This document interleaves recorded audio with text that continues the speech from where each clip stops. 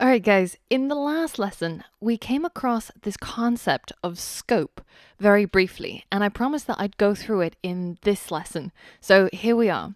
Now, scope is a really important concept in all kinds of programming and not just JavaScript programming, but it works a little bit differently from language to language. So in this lesson, I'm going to be focusing specifically on JavaScript and all of the ways in which JavaScript tackles this concept of scope.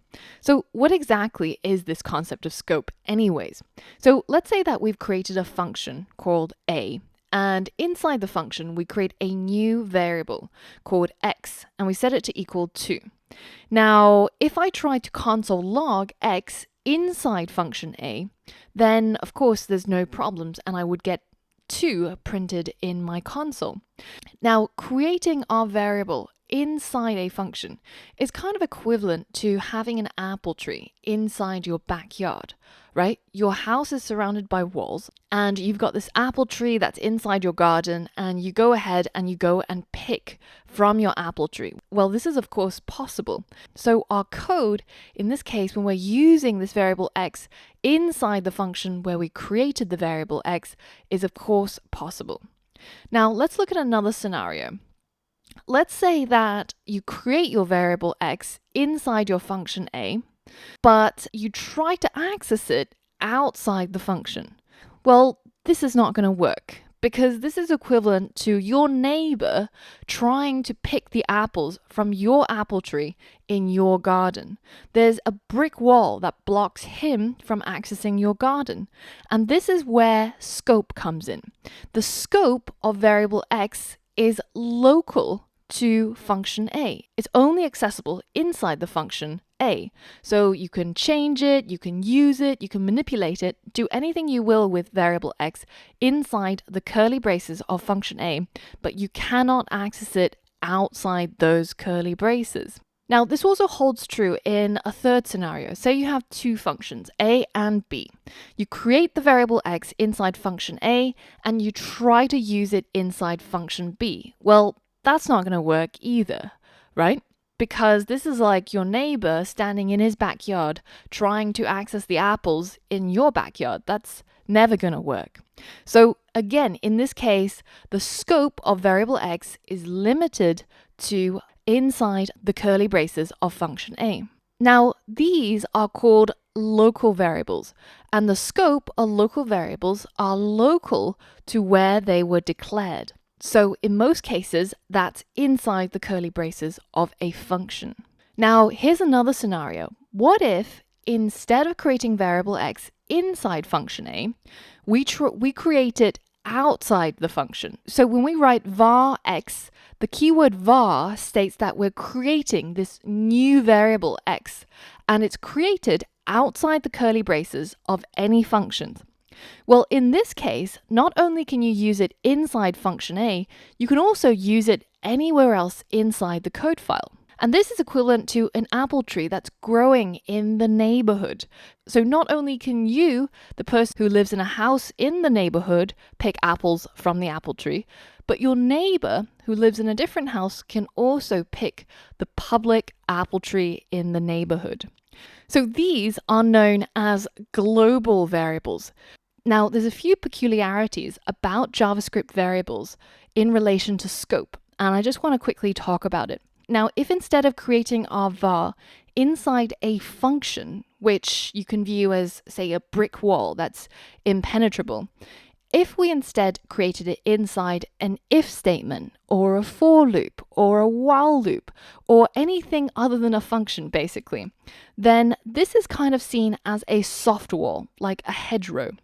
And when you do that, you can in fact access this var x outside the curly braces of the if block or the for loop or the else block, and it's the equivalent of having your neighbor sort of just sneakily going through your hedgerow and stealing your apples. This is completely possible using vars inside JavaScript. So this brings us nicely to some other types of variables that we saw previously. So we've seen that you can create a variable by using the var keyword, the let keyword, as well as the const keyword, but they have slightly different behavior. Now, the biggest difference is between the const and everything else. A constant that gets created cannot be changed once you give it a value. So we've created this const called z, and we set it to equal 4.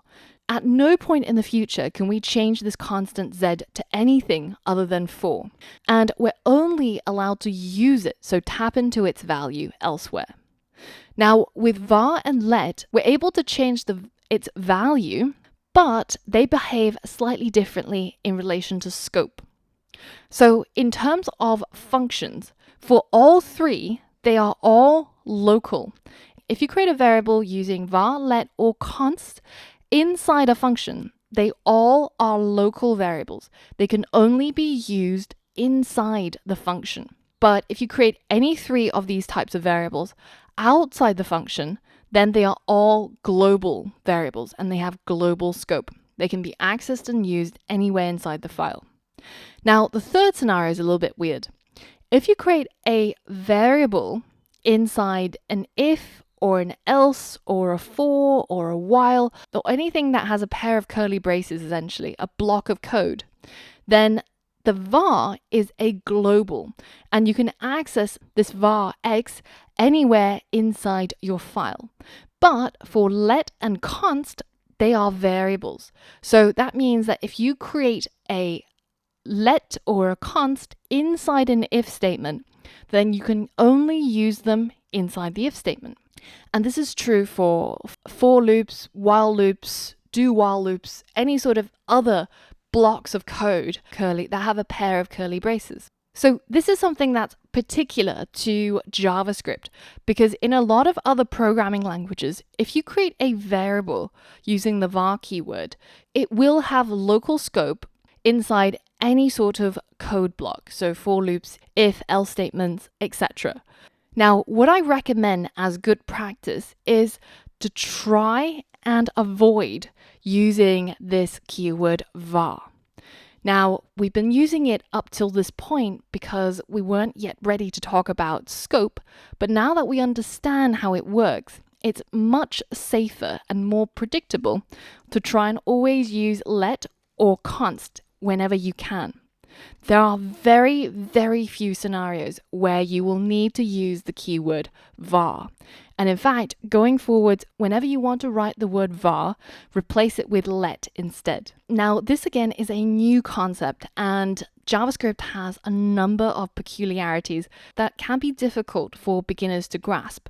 So in the resources section of this lesson, I've included some reading material and some background reading for you to really get to grips with this concept. And also, I recommend trying it out using let, const, and var inside the Chrome Developer Tools, inside the console, and trying to use and access and change these variables when they're created inside a function or outside a function or inside an if statement, so that you really understand what's going on yourself.